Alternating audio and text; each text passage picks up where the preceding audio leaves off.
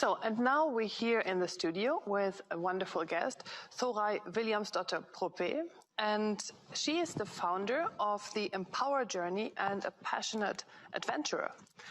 And Thórey, in the past years, when we had the Reykjavík Global Forum, you always took a group of women leaders who attended the forum as conversationists to go for a short swim, a dip into the Atlantic in November.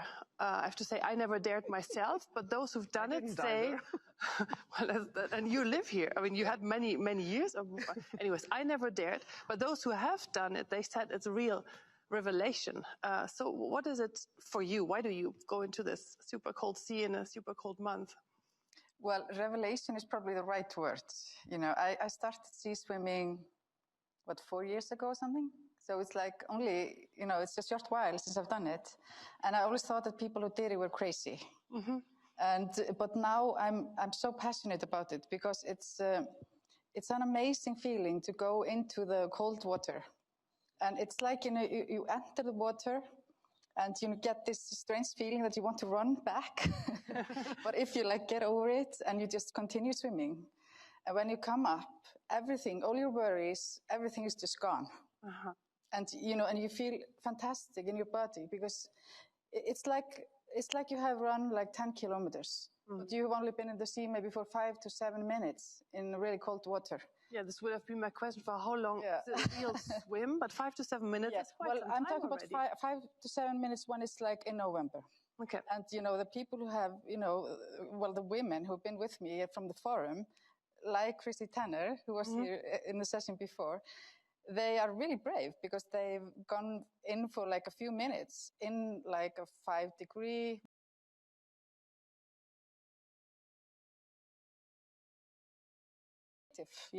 I sometimes say that I'm a nature junkie. Mm-hmm. This is part of it. This passion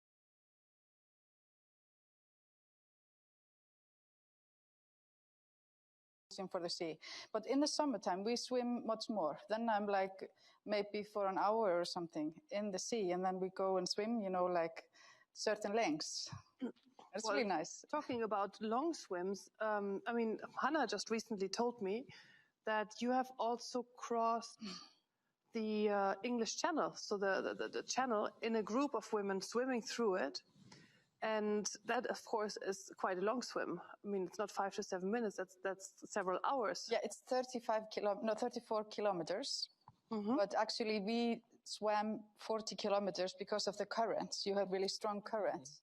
So it was an all-women team. We were 6 women. And we decided to take on this challenge, and we also were making awareness of the environment and the health of the sea and plastic pollution. Mm-hmm. So we used the moment to do that and raised a lot of money for a local fund that is fighting against plastic pollution.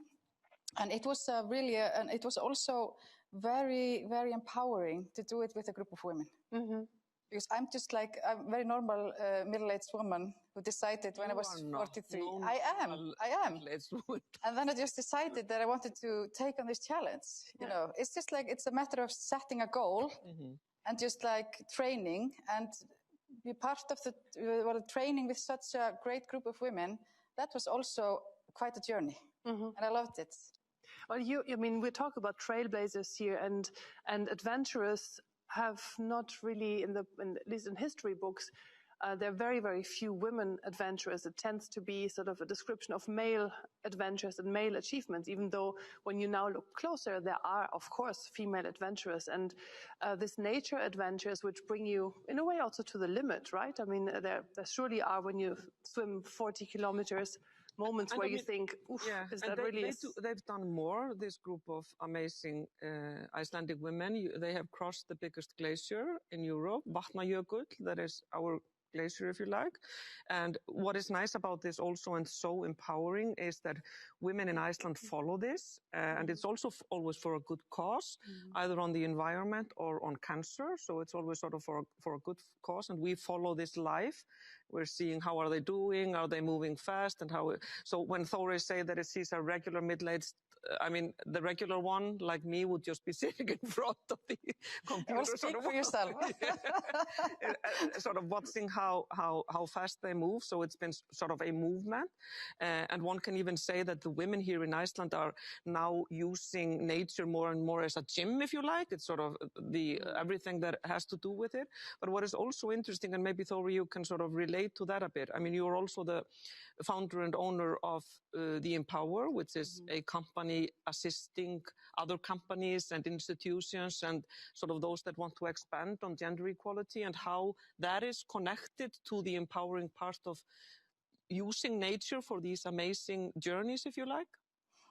Yeah, well, it's partly a part of my Icelandic women power gene that is really have been putting me towards this direction, both as an adventurer and as now owner of Empower, which links, because we are really in the forefront, as we know, and that's why we are here. And that's like more of the macro environment. We have great policy, we have great regulation, so all of the infrastructure is right here. But what we are doing is that we are looking more at a microscope into the companies, into the institutions, the organizations, and we are guiding the leaders of the companies towards gender equality and helping them to find all these challenges in the culture that are really hindering us. There are so many challenges that are hindering women to progress within industries. And we have been doing this in different sectors, and now we're working with the Parliament, which is a very exciting project. So we are kind of using creative ways. That's right, we're using nature also. We are international consulting company, so we are bringing organizations and companies here to Iceland when allowed, which is not now, but hopefully in the spring. So we are bringing people here and also taking on the challenges of both the Icelandic nature and the culture. And we can maybe, Silvana, make a pledge, should we? The pledge would be that we go swimming in the Atlantic November next year with Thórey. Yeah, I encourage you. Thank you very much, Thórey, and I'd love to hear about the Icelandic women power gene. That's certainly something to further research on. Thank you so much for coming. Thank you. And with that, over to you, Olga.